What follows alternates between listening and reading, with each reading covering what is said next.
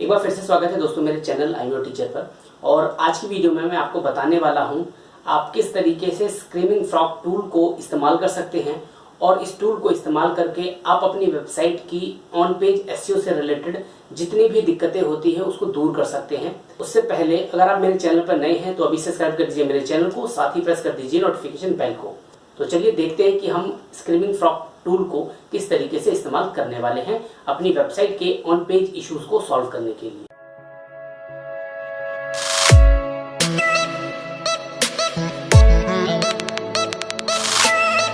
तो चलिए दोस्तों देखते हैं कि हम किस तरीके से स्क्रीमिंग फ्रॉग टूल को इस्तेमाल करेंगे अपने जो भी वेबसाइट है उस वेबसाइट पे जो ऑन पेज एसईओ से रिलेटेड जितने भी इश्यूज हैं वो सारे के सारे इश्यूज को रिजॉल्व करने के लिए। देखिए हमारे पास यहाँ पर ऑन पेज एसईओ में देखने के लिए बहुत सारी चीजें होती हैं जिन पर हमारा जो वेबसाइट है वो उसकी परफॉर्मेंस डिपेंड करती है। तो जैसे कि हमारे पास यहाँ बहुत सारी चीजें लिस्टेड हैं, आप यहाँ से उन सब चीजों को चेक कर सकते हैं कि आपको किन किन चीजों पे ध्यान रखना चाहिए। तो चलिए दोस्तों हम देखते हैं स्क्रीमिंग फ्रॉग टूल की मदद से इश्यूज को निकालते हैं। किसी भी वेबसाइट के ऑन पेज एसईओ से रिलेटेड जितने भी इश्यूज हैं वो सारे के सारे इश्यूज, चाहे वो मेटा टाइटल से रिलेटेड हो, डिस्क्रिप्शन से रिलेटेड हो, यूआरएल की लेंथ से रिलेटेड हो, या किस टाइप का रीडायरेक्ट उसमें यूज हुआ है, सर्वर एरर है, पेज नॉट फाउंड है, ब्रोकन लिंक्स हैं, इमेज का साइज, इमेज की ऑप्टिमाइजेशन, बहुत सारी चीजें हैं उसको हम देखने वाले हैं। स्क्रीमिंग फ्रॉग टूल को किस तरीके से इंस्टॉल करना है इस बारे में मैं नहीं बताने वाला हूं आप लोगों को, मैं सिर्फ और सिर्फ इस टूल का इस्तेमाल करना आपको बता रहा हूं। देखिए स्क्रीमिंग फ्रॉग खुल गया हमारा, ठीक है।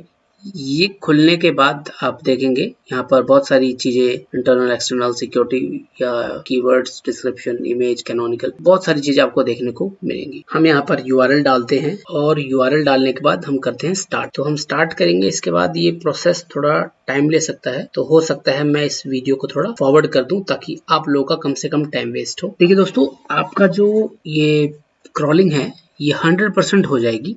उसके बाद आपको सारा का सारा डेटा यहाँ पर दिखा देगा। इसके बाद क्या करना है आपको, आप यहाँ देखेंगे कि आपके जो इंटरनल लिंक्स हैं, एक्सटर्नल लिंक्स हैं, सिक्योरिटी रिलेटेड जितने भी इश्यूज हैं, या रेस्पॉन्स कोड की वेबसाइट के जो यूआरएल्स हैं वो सही तरीके से काम कर रहे हैं कि नहीं कर रहे हैं, रिडायरेक्शंस लगी हैं, कौन सी लगी हैं, कौन से यूआरएल नहीं फाउंड हो रहे, या जितने भी टाइप के आपके रेस्पॉन्स कोड हैं सारा का सारा आपको यहाँ पर देखने को मिल जाएगा। यूआरएल, उनके स्ट्रक्चर किस तरीके से हैं वो यहाँ देखने को मिलेगा।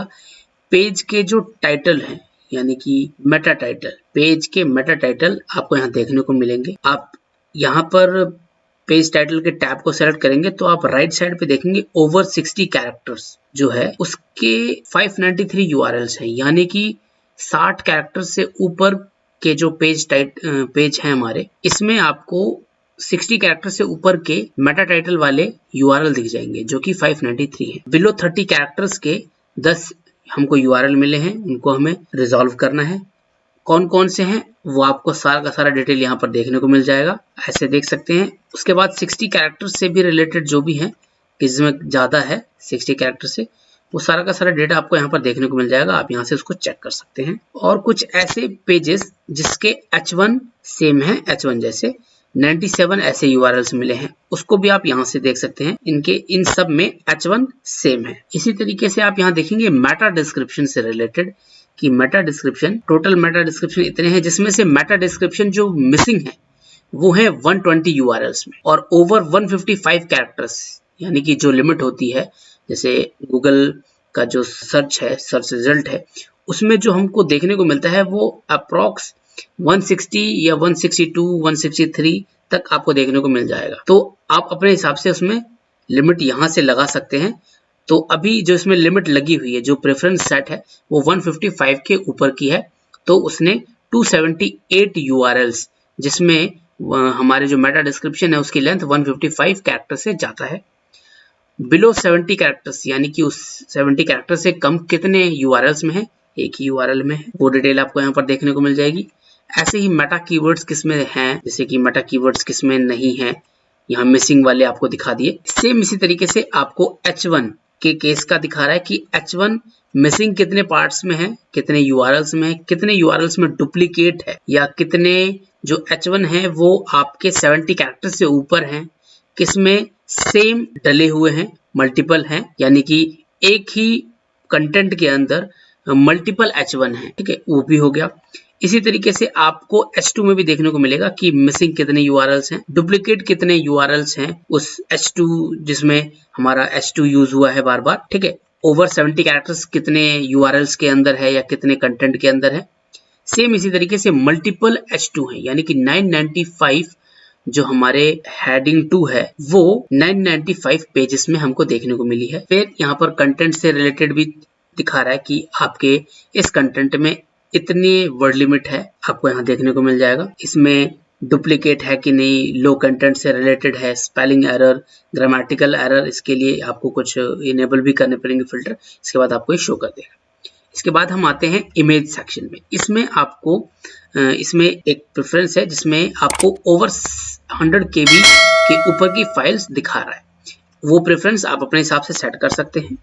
तो अभी यहाँ पर जो फिलहाल प्रेफरेंस सेट है वो है ओवर 100 KB, तो इसलिए ओवर 100 KB यानी कि अगर आपकी फाइल या आप में जो इमेज यूज हुई है वेबसाइट में वो 100 KB से ऊपर है तो उसने हमको यहाँ पर क्रॉल करके दिखा दिया। वो हमारे पास है 381 URLs। मिसिंग ऑल टेक्स्ट कितने हैं, 21 है। आप किसी एक URL पे क्लिक करेंगे तो आपको यहाँ देखने को मिल जाएगा कि वो URL किस कंटेंट के अंदर है और उस इमेज का जो URL है वो क्या है। आप यहाँ से देख सकते हैं इमेज का URL और यहाँ पर वो URL यानी कि वो इमेज किस कंटेंट में यूज हुआ है वो आप यहाँ से देख सकते हैं। सेम इसी तरीके से ऑल्ट एट्रीब्यूट मिसिंग है, वो ऑल्ट टेक्स्ट जो डाला हुआ है वो ओवर 100 कैरेक्टर्स है, वो कितने हमारे कंटेंट या आप इमेजेस कह लीजिए किस में है वो हो गया।